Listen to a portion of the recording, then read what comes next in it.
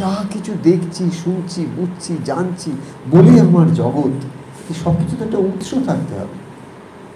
কোথাও তো তার একটা রুট থাকবে, কোথাও তো তার একটা উৎস থাকবে। সেই উৎসটা হচ্ছেন তিনি।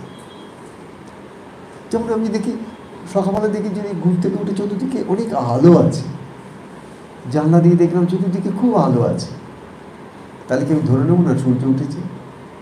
সূর্য কিন্তু দেখিনি, সূর্য কিন্তু আমি জানলা থেকে দেখতে পাইনি। কেন? আমার কি হয়েছে, পূর্ব দিকেই দেয়াল, ওখানে নেই, তো উত্তর দিকে একটা জানলা আছে, সেখান থেকে সূর্যের আলো ঢুকে গেছে। এবার আমি ঘুম থেকে উঠে সেই উত্তরের এই পূর্বের দিকে যেটা সূর্য আসবে, সূর্যকে দেখবো, সেটা বন্ধ। উত্তরের দেয়ালে একটা ছোট্ট গবাক্ষ আছে, একটা ছোট্ট জানলা আছে, তার মধ্যে দিয়ে ফ্লাডিং লাইট। সকাল হয়ে গেছে, দেখুন সূর্য উঠে গেছে, তাই না? সূর্যকে তো দেখলাম না, তাহলে কি করে জানলাম সূর্য উঠেছে? সূর্য ওঠা আর সূর্যের আলো ছড়িয়ে যাওয়া সাথে সাথে আমার চোখ দিয়ে দেখছি, কিছু দেখছি, মানে একটা অবজেক্ট, ঠিক আছে? দেখছে কে? আমি। আমিটা কোথায়? ও কি বাইরে? না, ও কোথায় আছে? ভেতরে। তার একটা সাবজেক্ট আছে, কেউ যে একজন আছে আমার ভেতরে, যে দেখছে,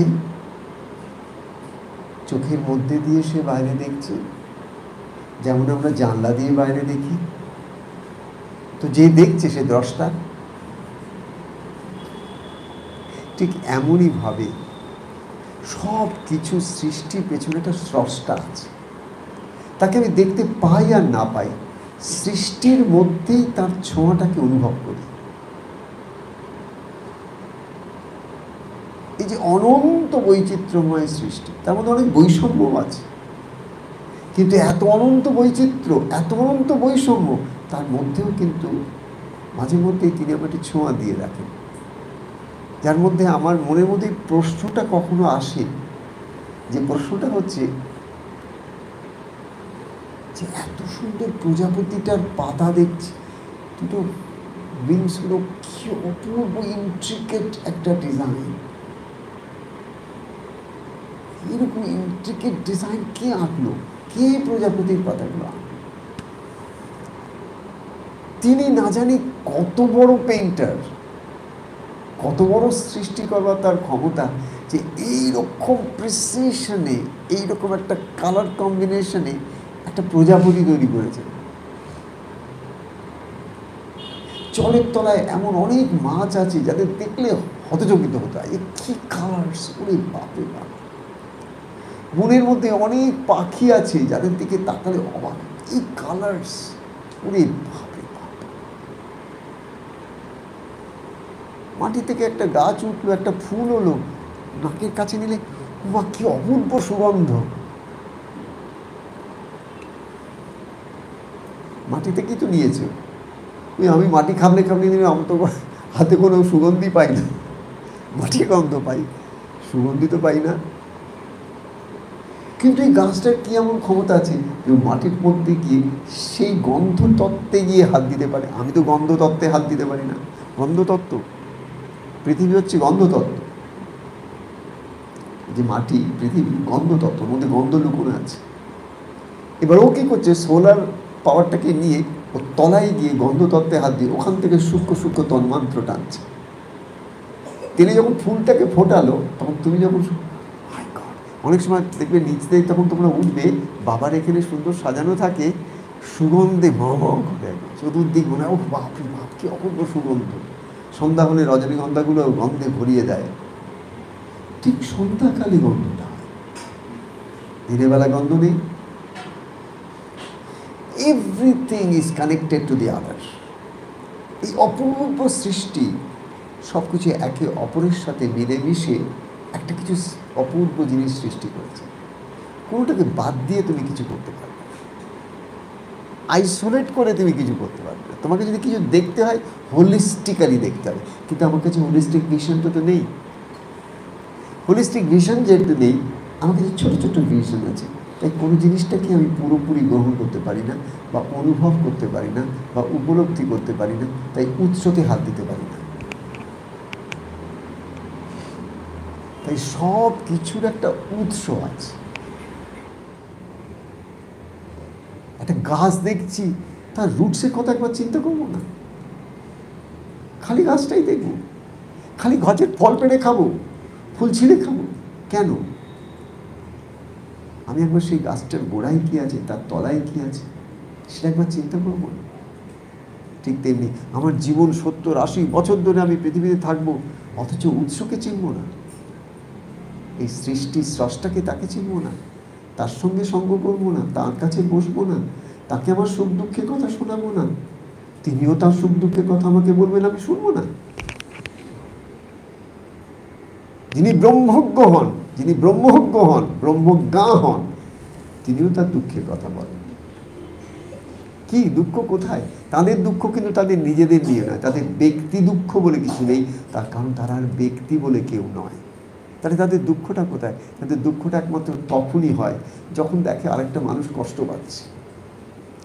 সে তার নিজের ছেলে নয়, তার নিজের মেয়ে নয়, তার নিজের ছেলের বউ নয়, কেউ নয়, কিন্তু একটা ছোট্ট পিঁপড়ে কষ্ট পেলেও তার বুকে বাজে।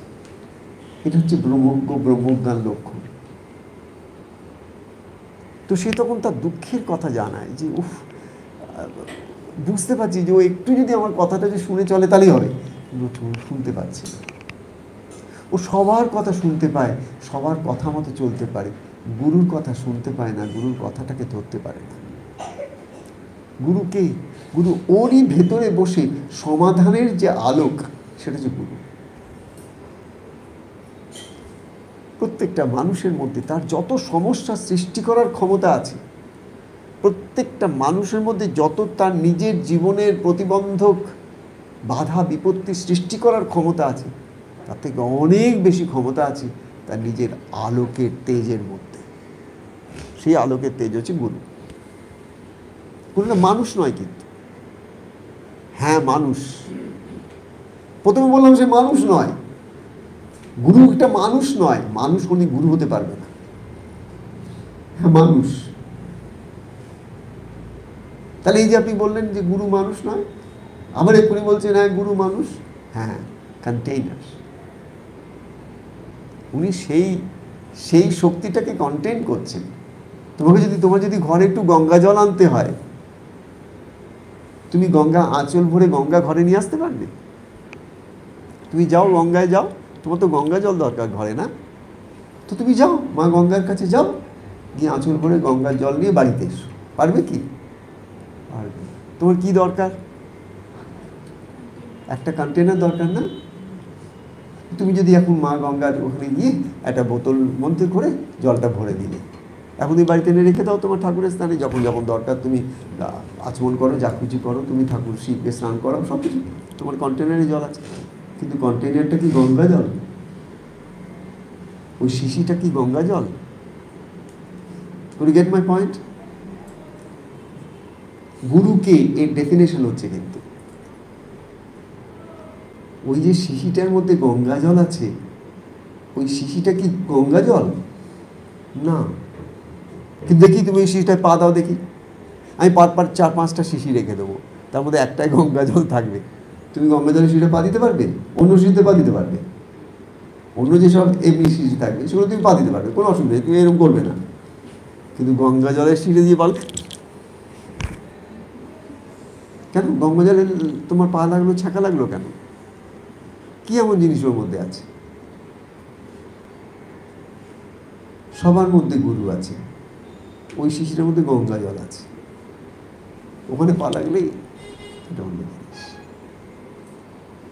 তো হ্যাঁ আবার না, হ্যাঁ এই জন্যে যে গঙ্গা জল হচ্ছে গঙ্গা, না ওই শিশিটা গুরু নন, ওই শিশিটা গঙ্গা জল নয়।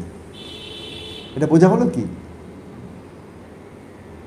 আমরা যদি শিশিটাকে গঙ্গা জল ধরি, তাহলে কিন্তু আলটিমেটলি আমরা গঙ্গা জল পাবো না। ঠিক তেমনি আমরা কোনো মানুষের শরীরকে যদি গুরু জ্ঞান করে দিন রাত তার পা টিপি, তাতে আমি গুরু লাভ করতে পারবো না। আমাকে গুরু লাভ করতে গেলে গঙ্গা জলে হাত দিতে হবে।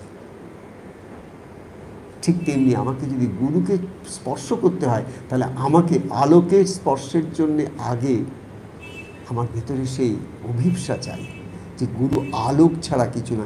কেন আলোক কেন হতে যাবেন তিনি? এই জন্যই আলোক যে আমরা অন্ধকার থেকে আলোকটাকে বেশি ভালোবাসি।